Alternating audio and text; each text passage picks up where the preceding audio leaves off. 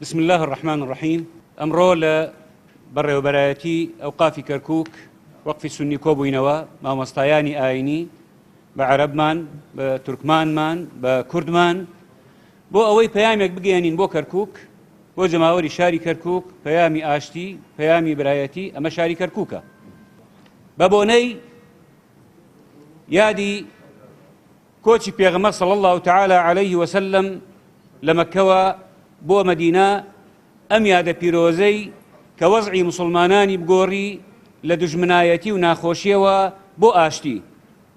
وتارێک ئاراستەی جەماوەرمان دەکەین بە هەموو پێکهاتەکانیان، ئەڵێین اعتصموا بحبل الله جميعا ولا تفرقوا، دەست بکەنە ناو دەستی یەک جیانە بنەوە، پێکەوە بن. إنما المؤمنون إخوة، مسلمانان هەموویان براین.